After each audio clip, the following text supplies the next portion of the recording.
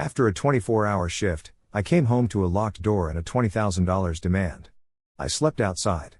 By morning, I closed our accounts, took my car, and left.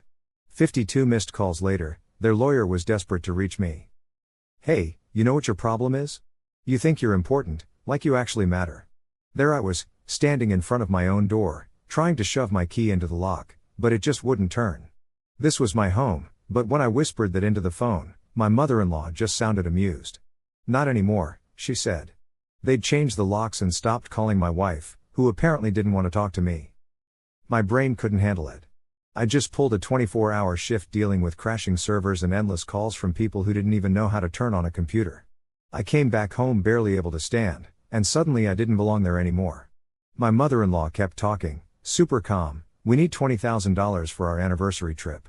Send it today, or I'll tell her you've never been the partner she deserves." I laughed, not because it was funny, but because I totally cracked. "Where is she?" I asked. "She's here, sleeping away from your failures," she replied. I tried calling my wife and got her voicemail again and again, no replies.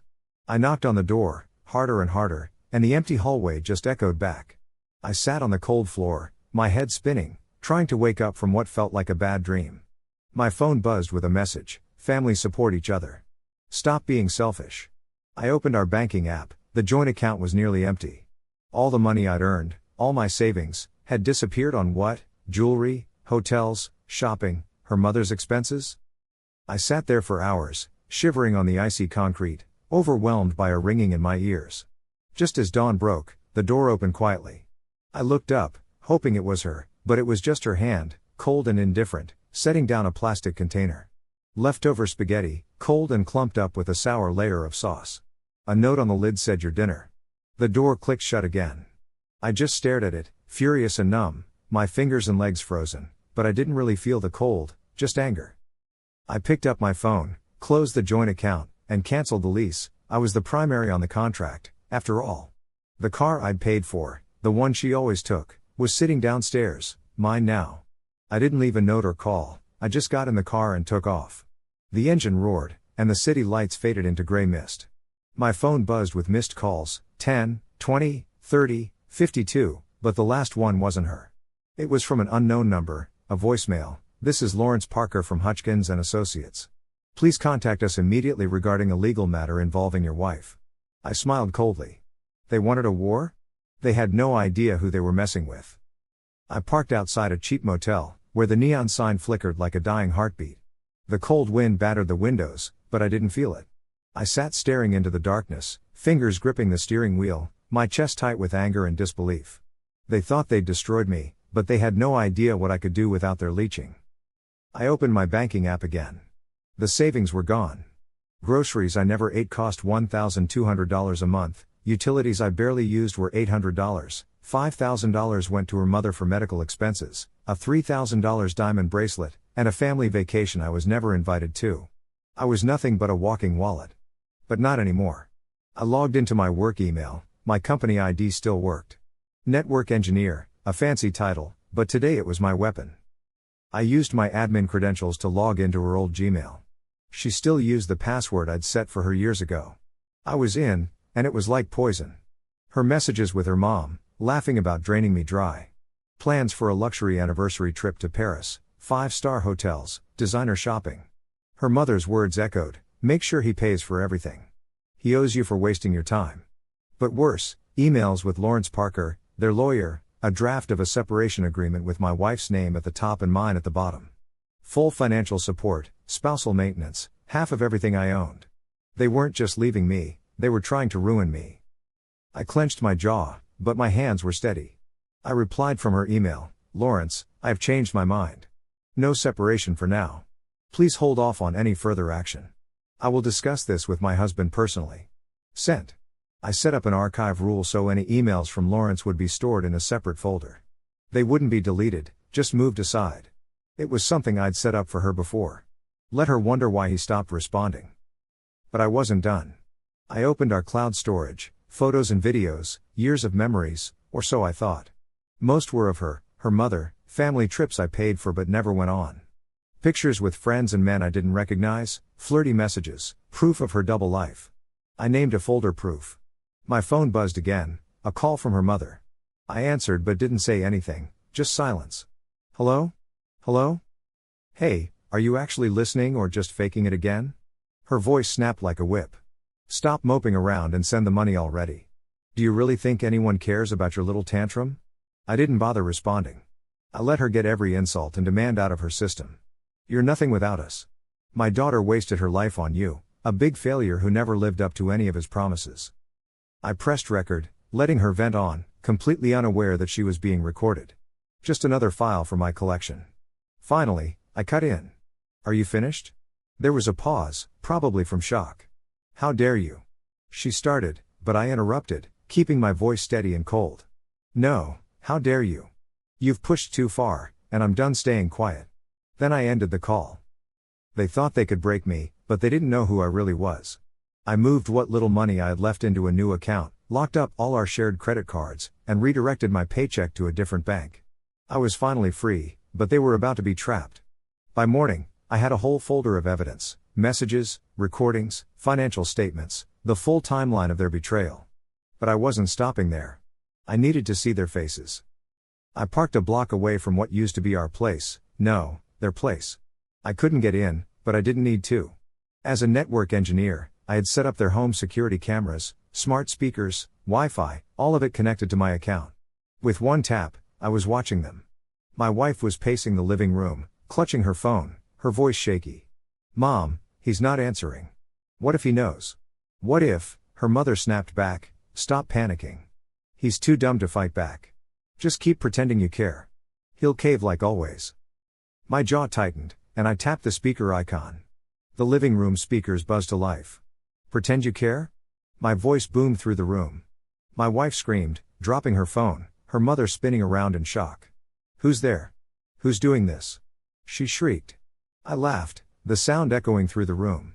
Did you really think I wouldn't figure it out? Did you think I'd be your fool forever? They looked trapped, eyes darting around the room. Listen up, I said calmly. I know everything, the money, the separation agreement, the lies. I've got proof, and I'm done being your pawn. Her mother tried to protest, but I cut her off. I already did. With that, I disconnected, leaving them in panicked silence. My phone buzzed with another call, Lawrence Parker. I let it go to voicemail. Mr. Davis, I think we need to talk. A cold smile crept across my face. They thought they could erase me, but they had no idea what a man with nothing to lose could do. I lay back on the cheap motel bed, the weight of the situation pressing in like a heavy blanket.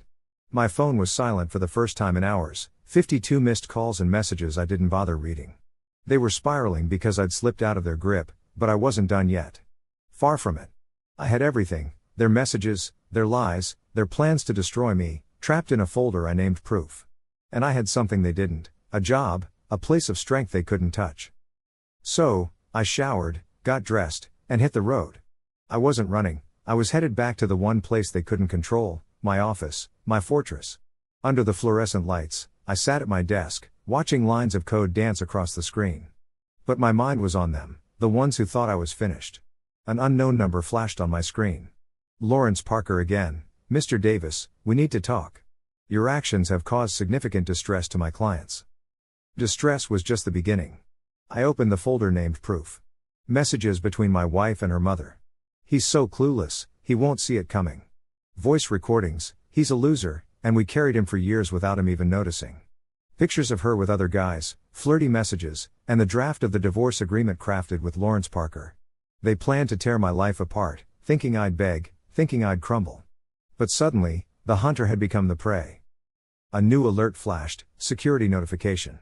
I switched to the live camera feed. They were in the lobby, my wife, her mother, and Lawrence Parker. My wife was clinging to Parker's arm, crying, her mother shouting at the security guard. Parker was trying to stay calm, but the tension showed on his face. Perfect. My phone rang again. Security, Mr. Davis, 3 people are demanding to see you. They're causing a scene. I grinned, let them in. They stormed into the glass-walled conference room like a hurricane. My wife's mascara was smeared, her eyes red, her mother looked like she could attack anyone at any moment. Lawrence Parker was the last to enter, attempting to look composed but clearly on edge. Finally decided to stop hiding? Her mother spat, fists clenched. You think you can just lock us out and take everything from us? Take everything? I leaned back, crossing my arms. Interesting choice of words. Please, my wife pleaded, stepping forward, her voice cracking. So, there we were, trying to hash things out like adults. I mean, we could totally fix this, right? But all I got was a laugh. Fix it? You mean keep lying, manipulating, and using me? Parker jumped in, trying to play the mediator. Mr. Davis, let's handle this peacefully. Your actions have really stressed out my clients. Let's not make this worse. I casually pulled out my phone. Okay, let's be real then. I hit play, and suddenly, the room echoed with her mom's voice. He's such a loser. We'll bleed him dry, and he won't even notice. Watching her mom turn pale was almost surreal. That's fake. She screamed, trying to deny it. You edited it. She claimed. I just switched to another recording. Their messages popped up. Just tell him you love him. He'll fold, like always. My wife staggered back, tears in her eyes. Stop it. She pleaded. I didn't. Oh, but you did, I grinned, pulling out yet another document. It was the divorce agreement her lawyer, Parker, had drafted, with me supposedly on the hook for half my stuff and all the financial support. But there was something Parker seemed to have overlooked. He looked shocked. Mr. Davis, I can't discuss private client matters without their consent. Your consent, you're their weapon, aren't you? I chuckled. You all thought I was this clueless chump. Her mom tried to charge at me, but my voice stopped her in her tracks. We're at my office, remember? The cameras are rolling. Your outburst is documented. You wanted a showdown, here it is. My wife clung to my arm, sobbing, please, we can work this out. I didn't want this. Didn't want it? I shook her off. You planned every bit of it. Parker stepped forward again.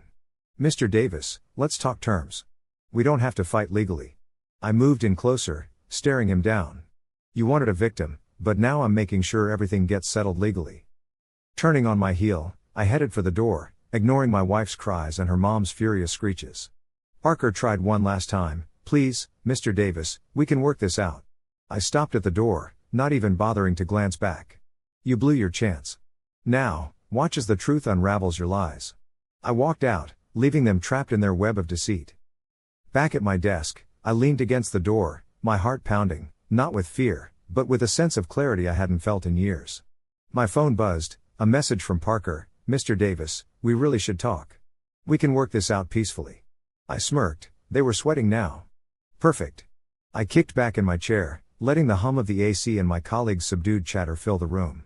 Everyone around thought I'd just cave in, apologize, maybe even beg for forgiveness. But they didn't get it. The quiet wasn't a sign of defeat. It was control. Parker's name lit up on my phone again. The once confident lawyer was now practically groveling. I picked up, keeping my voice calm and even a little bored. Mr. Davis, please, they're in a mess. They want this to end smoothly. Smoothly? I repeated, letting the word sting a bit. Did they care about smooth when they emptied my account? When they laughed at my expense? Silence stretched out as I imagined him, struggling to keep his polished composure. They're prepared to negotiate, he offered. I laughed, it cut through the quiet like a knife. Negotiate? They didn't bother with that when they made me their personal ATM. Mr. Davis, they can't pay right now. They're in trouble. Not my issue. $32,000, paid in full, no excuses, or I'm taking this to court, exposing everything.